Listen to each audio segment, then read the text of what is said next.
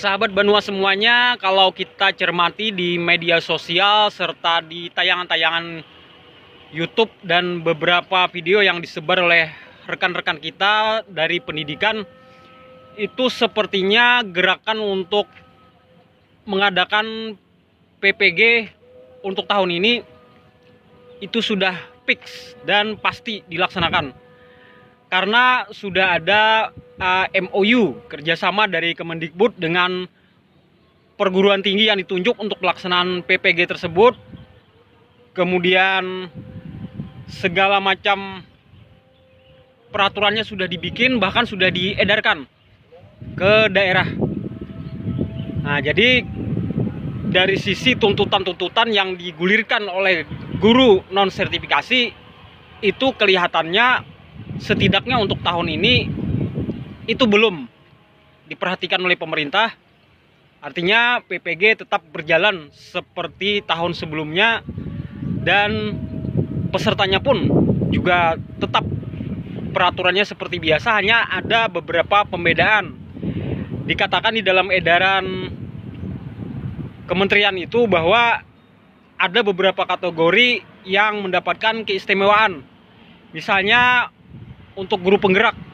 Nah, guru penggerak kalau saya tidak salah itu sudah bisa langsung lulus PPG dengan catatan mereka hanya mengikuti uji kompetensinya saja.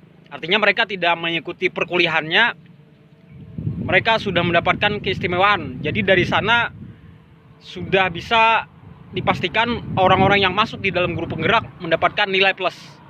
Nah, kemudian ini yang seingat saya saja dari edaran itu,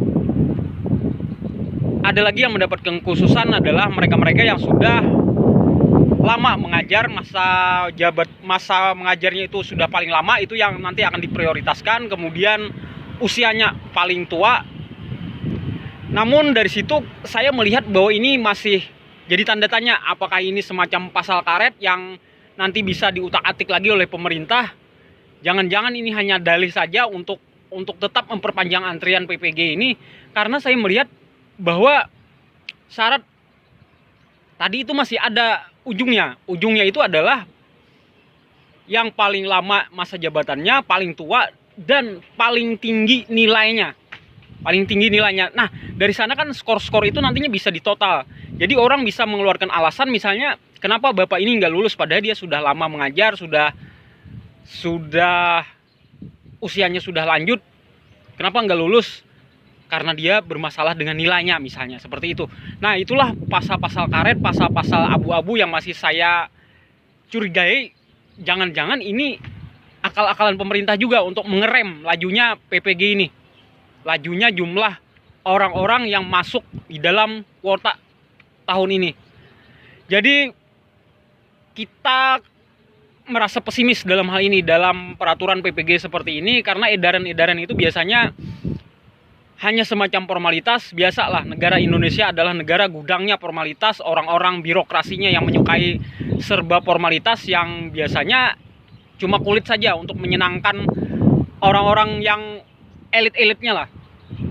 Pada dasarnya isi di dalamnya itu sudah merupakan settingan mereka. Ini yang saya curigai. Mohon maaf kalau ini agak kasar, tapi yang jelas itulah yang banyak terjadi di Indonesia. Banyak permainan-permainan, banyak settingan.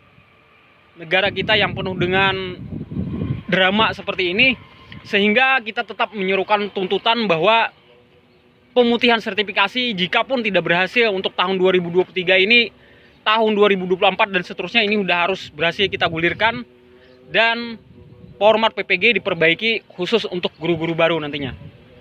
Itu yang menjadi suara kita, dan semoga ini bisa terdengar oleh para pemangku kebijakan, diteruskan oleh kawan-kawan kita lagi, diviralkan, dan akan ada gerakan baru lagi, movement baru lagi yang mudah-mudahan bisa semakin lama semakin besar, yang akan menyadarkan orang-orang para petinggi itu, orang-orang elit yang tidak bisa meraba ke bawah, bagaimana susahnya para guru yang tengah berjuang ini, bagaimana kondisi batin mereka itu hanya bisa diketahui orang-orang yang paham dengan jeritan rakyat kecil. Nah, mudah-mudahan ada manfaatnya dan bisa menjadi bola salju kebaikan. Harap viralkan video ini, sebarkan kepada kawan-kawan Anda. Semoga gerakan akan terus berjalan, dan insya Allah apa yang kita harapkan, Anda semuanya para guru non sertifikasi bisa mewujud di tahun-tahun berikutnya. Wassalamualaikum warahmatullahi wabarakatuh.